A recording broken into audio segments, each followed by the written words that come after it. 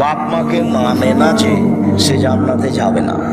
একজন সাহাবী আল্লাহর নবীর কাছে এসে বলছেন, আল্লাহর নবী, মা কুল ওয়ালিদাইনাল ওয়ালাদে, বাপ মা আমাদের কাছে কি পাই, আমরা বাপ মায়ের কি উপকার করতে পারি? তখন রাসূল সাল্লাল্লাহু আলাইহি ওয়াসাল্লাম বলছেন, আরে বলো কি, হুমা জান্নাতুকা নারকা, তারাই দুজন তোমার জাহান্নাম, তারাই দুজন তোমার জান্নাত। আরে ওরাই তোমার জাহান্নাম, ওরাই তোমার জান্নাত। বাপ মা তোমার জাহান্নাম, বাপ মা তোমার জান্নাত। কি হক মানে? হক মানে কি? দিন রাত বাপ মায়ের পিছনে থাকবা। একজন সাহাবী এসে বলছেন, আল্লাহর নবী, আমি যুদ্ধে যেতে চাচ্ছি, তোমার মা আছে? জি। তো তুমি তোমার মায়ের সেবা করো, মায়ের পায়ের নিচে জান্নাত, এ কথাই ঠিক। মায়ের দিকে সোনাজোরে তাকালে কবুল অর্জন সমান নাকি হবে, এ কথা মিথ্যে। মায়ের পায়ের নিচে জান্নাত, এ কথাই ঠিক। আল্লাহ তাআলা বাপ মায়ের বিষয়টিকে খুব কঠিন ভাবে বলেছেন। একবার বলছেন,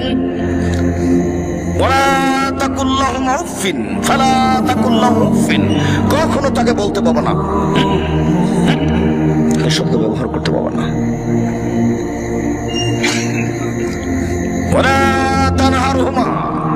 ধমক দিয়ে কথা বলতে পাবো না। বাজার যেতে নিষেধ করলাম তবুও কেন, এটা বলা যাবে না। জোরালো আদেশ।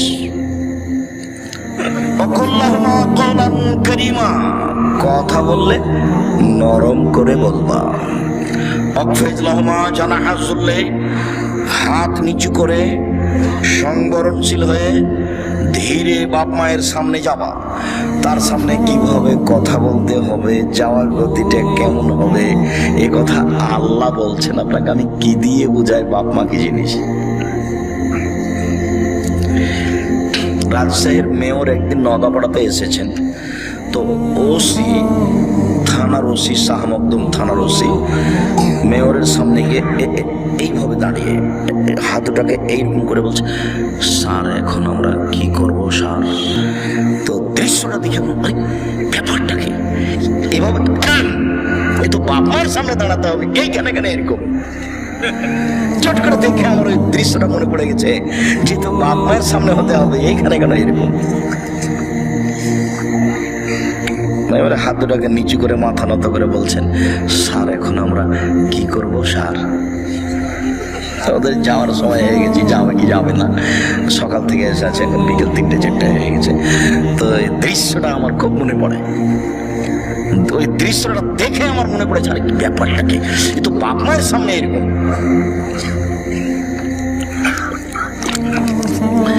কিভাবে বাপ মায়ের সামনে যেতে হবে কথা আল্লাহ বলেন, কিভাবে কথা বলতে হবে বাপ মাকে এ কথা আল্লাহ বলেন। আপনাকে আমি কি দিয়ে বুঝাই?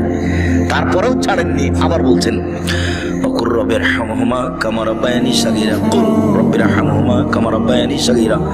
বলেন হে নবী, আপনি বলুন, পৃথিবীর মানুষ বলো, রব্বির হামহুমা কামা রাব্বায়ানি সাগীরা, হে আমার প্রতিপালক, তুমি আমার বাপ মাকে দেখো বাল্য অবস্থায় আমার বাপ মা যেভাবে দেখেছিল, আপনি ছিলেন দুধ খাওয়া বাচ্চা, ওই সময় আপনার বাপ মা কিভাবে দেখেছিল। এখন তো উনি 90 বছরের মানুষ, তাকে দেখা তো খুব কঠিন। যে ছোট বাচ্চার পেশাব পায়খানা সাফ করা সহজ, কিন্তু 80-90 বছরের মানুষের পেশাব পায়খানা পরিষ্কার করা সহজ নয়। কেউ যাবে না, বৌমাও যাবে না। বৌমাকে যদি আপনার স্ত্রীকে যদি যেতে বলেন, তাহলে আপনার স্ত্রী বলবে, যাও তুমি, তোমার মা আমাকে অকথ্য ভাষায় গালি দেয়, তোমার মাকে আমি দেখবো মানে? আপনার স্ত্রী ও ঘরে গেলে আপনার মা গালি দেয়, এই কথাও ঠিক। সকালে উঠে দেখে মনে হবে যে দুনিয়াতে সবচেয়ে খারাপ আমার মা, আমার মায়ের চেয়ে খারাপ মনে হয় কেউ নেই। যা বলে সবই উল্টা। আরে টাকা দিচ্ছি আমি, আর আমার মা গিয়ে সবসময় গান গাচ্ছে আমার বোনের ছেলে। টাকাটি কখন আমার বোনের ছেলেকে দিয়ে দিয়েছে। দেখবেন যে দেখাশোনা করছে মা আমার দিকে নেই, আপনি সবটা উল্টা পাবেন। তখন আপনি বাপ মাকে কেমনে দেখবেন? পরিস্থিতি খুব জটিল। বাপ মা কিন্তু পরীক্ষা। মন খারাপ খুব, মনে হচ্ছে যে মাটির উপরে সবচেয়ে খারাপ মানুষ মা। এখন কি করা যায়? মুখে জোরে কথা বলা যাবে না, ধমক দেওয়া তো বহু দূরের কথা, জোরে কথা বলা যাবে না। 4 শ্রেণীর মানুষ জাহান্নামে যাবে। এক, বাপ মাকে মানে না যে। দুই, জুয়া খেলেছে। তিন, খোটা দেয়ছে। চার, নিয়মিত নেশাদার দ্রব্য পান করেছে।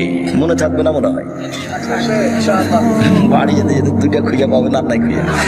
আচ্ছা, একটা থাকলে হলো বাপ মাকে মানে না যে, আর একটা নেশাদার দ্রব্য পান করে যে।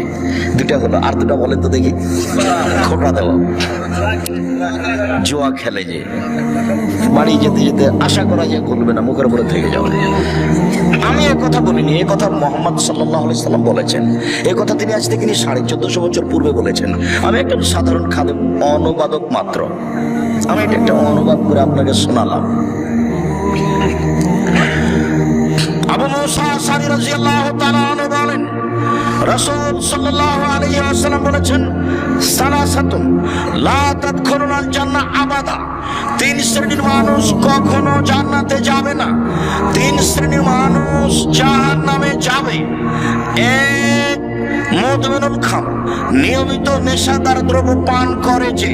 দুই, ওয়ার রাজুলাতু মিনান নিসায়ে, পুরুষের বেশধারী নারী যে পুরুষের পোশাক পরে, পুরুষের জুতা স্যান্ডেল পরে, পুরুষের শার্ট প্যান্ট পরে, মাথার চুল ছোট করে, এইসব নারী জান্নাতে যাবে না। তাহাজ্জুদ পড়লেও হবে না, হজ করলেও হবে না। তিন, যে তার বাড়িতে বেহায়ার সুযোগ দিয়েছে সে হলো দায়ুস। যার স্ত্রী নগ্ন পোশাক পরে হাটে বাজারে যায়, যার স্ত্রী স্কুল কলেজে যায়, যার স্ত্রী ব্যাংকে চাকরি করতে যায় নগ্ন পোশাক পরে, বা না যায় জায়গাতে গিয়ে চাকরি বাকরি করে, এসব স্বামী দায়ুস। হজ করলেও হবে না, তাহাজ্জুদ পড়লেও হবে না। আল্লাহর নবী বলেছেন, কখনো নহে, এরা জান্নাতে যাবে না। এটা আমার কথা নয়, তিনি বলছেন আবাদা, কখনো না।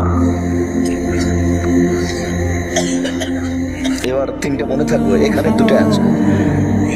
একটা তো হলো নেশাদার দ্রব্য পান করা, আর একটা হলো পুরুষের বেশধারী নারী, আর আরেকটা হলো আপনি। আপনারটা মনে থাকবে না? চিল্লে গেছে, 3 চিলে লন্ডন গেছে, আর মেয়ে ঢাকা বিশ্ববিদ্যালয়ে পড়ে, আর একজনের সাথে ঘুরে, আর ওর হাতে তাসবি আছে। আপনাকে আমি বলেছি তাসবি দানে তাসবি গণনা করিয়েন না, আঙ্গুলে গণনা করেন, কেউ দেখতে পাবেন না, যে নিচের দিকে আছে দেখেন। আর তাসবি দানে তাসবি গণনা করেন, জাহান্নামে চলেই গেছে, ঢোকেনি কেন, মরেনি এই জন্য।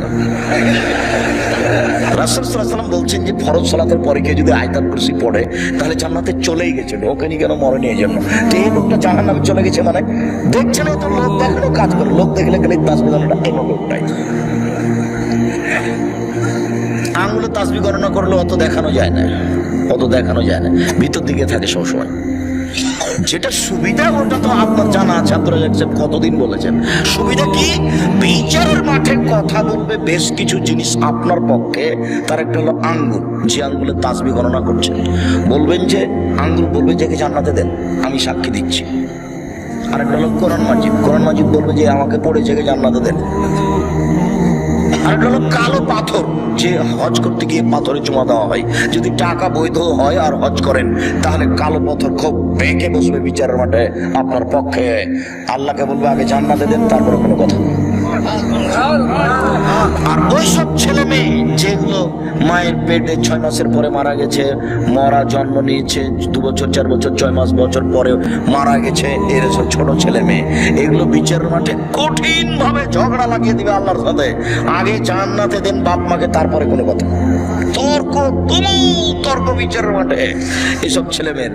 আপনারা তো 10-12 ভাই বোন ছিলেন, 7-8 জন আছেন, আর 3-4 জন মারা গেছে, আর আপনার ছেলে মেয়ে তো মাত্র 2টা, কয়খান মরে আর কয়খান থাকে। আপনার স্ত্রী আবার বৈঠক করে, আবার তাহাজ্জুদ পড়ে, আবার তাসবিহ গণনা করে, আবার আপনার ছেলে মেয়ে কয়টা? মাত্র 2টা ভাইজান, 2টা ছেলে মেয়ে, 2টা ঢাকায় থাকে, 2জন ফিরি ওই বৈঠক করে বেড়াই। বৈঠকে বলছে বুবু